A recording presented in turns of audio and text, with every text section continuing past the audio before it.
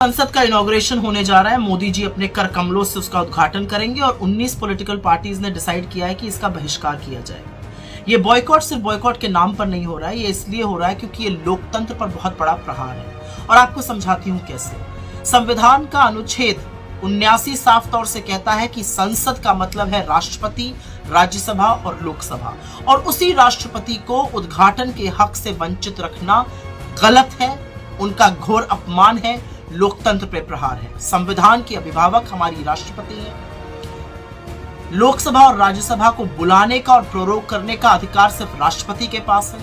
ऐसे ही नहीं, उनको प्रथम नागरिक बोला जाता है। और शायद ये गर्व की बात है कि एक अनुसूचित जनजाति की महिला पहली बार इस देश की राष्ट्रपति बनी है। मैं पाखंड बताना चाहती हूं नरेंद्र मोदी का।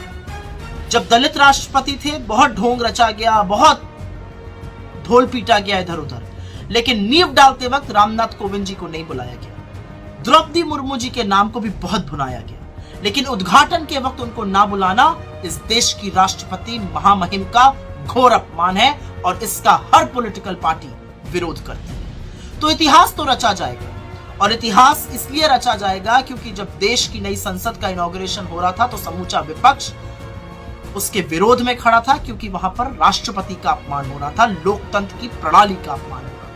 और बहुत झूठ परोसा जा रहा है। इंदिरा जी ने ये कर दिया, राजीव जी ने वो कर दिया। सबसे पहले तो संसद का इनॉग्रेशन और अनेक्स और लाइब्रेरी का दो अलग अलग बातें हैं। आपकी जानकारी के लिए बता दूं कि जिस अनेक्स की बात करी जा रही है उसका फाउंडेशन स्टोन वीवी गिरी राष्ट्रपति थे, उन्होंने ले किया था। इनॉग्रेशन इंदिरा जी ने किया।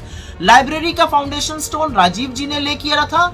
Inauguration KR. नारायणन जी ने किया। जब एक्सटेंशन हुआ अनेक्स का तो उसका फाउंडेशन स्टोन राज्यसभा के वाइस चेयरमैन हामिद अंसारी जी ने किया, और सोमनाथ चैटर्जी जी जो लोकसभा के स्पीकर थे, उसका इनॉग्रेशन नरेंद्र मोदी जी ने बतौर प्रधानमंत्री किया।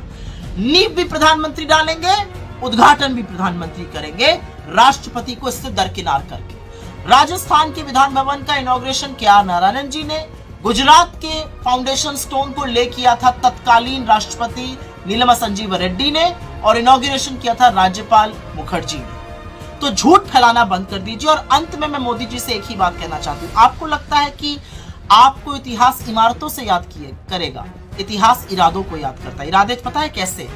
200 साल की ब्रिटिश हुकूमत के बाद IIT, AIIMS, ISRO, BARC, Indian research institute बनाने वाले इरादे, जय किसान जय जवान का नारा देने वाले इरादे, विश्व का भूगोल बदलकर पाकिस्तान के 2 टुकड़े करने वाले इरादे, 19वीं सदी की बात करते वक्त 21वीं सदी की नींव रखने वाले, सूचना की क्रांति लाने वाले इरादे, IT और टेलीकॉम रेवोल्यूशन की क्रांति लाने वाले इरादे, 1991 में विश्व के साथ भारत को जोड़कर हमारी इकोनॉमी को खोलकर रोजगार बनाने वाले इरादे, 2004 से 14 के बीच मनरेगा, खाद्य सुरक्षा अधिनियम, right to education, right to information, वो बुलंद इरादे। इससे इतिहास याद करता है। इमारतें तो सीमेंट और ईंट की होती हैं, और स्पेशली जब वो ईंटें अहंकार की हों, तो इतिहास आपको महंगाई के लिए, बेरोजगारी के लिए, गरीबी के लिए, चीनी अतिक्रमण के लिए,